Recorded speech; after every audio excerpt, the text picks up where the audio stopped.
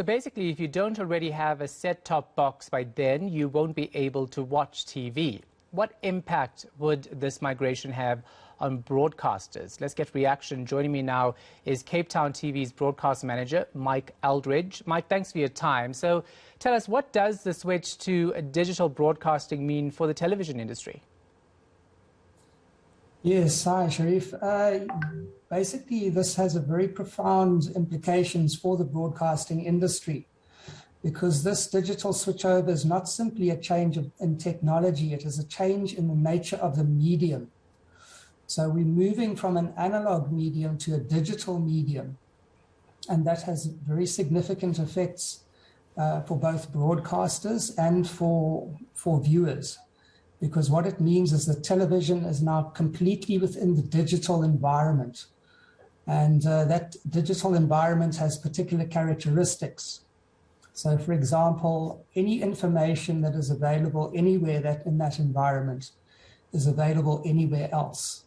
So, in other words, you can get web pages on your television set, you can get television on your cell phone, and all of these devices are interconnected. They speak to one another. So that information can not only travel from say broadcaster to viewer, but from that viewer to other people connected on the network, and it can be stored. There are many different implications of this change in medium. And that also has particular implications in the television sense, because it means that people need the infrastructure, the reception infrastructure, in order to get the new digital TV signals.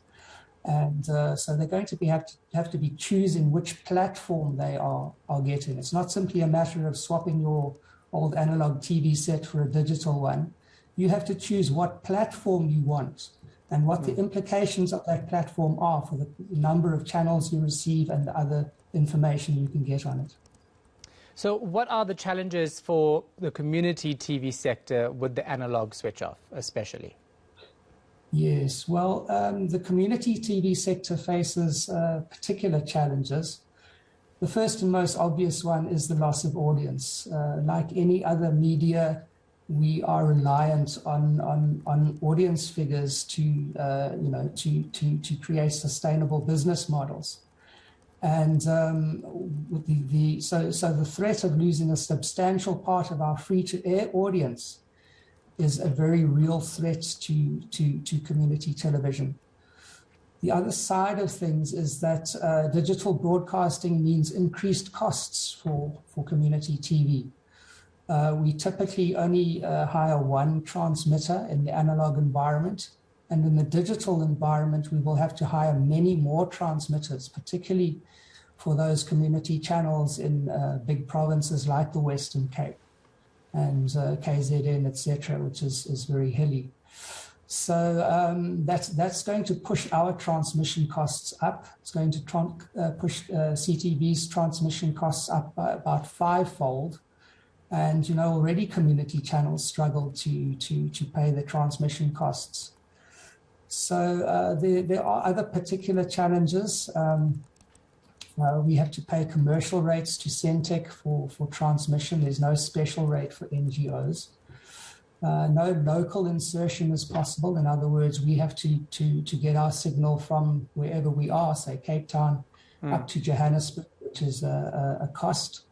And also, it's not really possible to localize the broadcast footprint, which means that because the architecture of the system is based around a single frequency network, we are being pushed to become provincial broadcasters. So that's a huge increase in our scope of operations, and our current business models aren't built for that.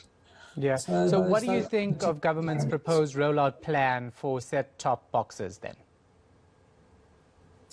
Well, the main problem that we face right now with regards to this digital migration is that half of the infrastructure is missing.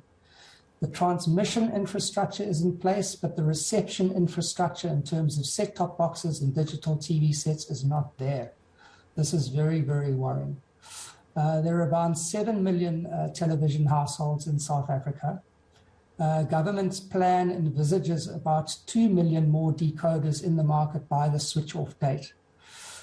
These would be installed by both the pay TV channels. In other words, you might get a DSTV TV box that can pick up free-to-air channels as well, or an OBHD box or a StarSat box. But that leaves about 5 million free-to-air households unaccounted for. And those people are going to have to go out and buy either a set-top box or a digital TV set. And the set-top boxes are simply not available in the market. The big retailers do not stock them. Installers don't have them. It's a massive problem.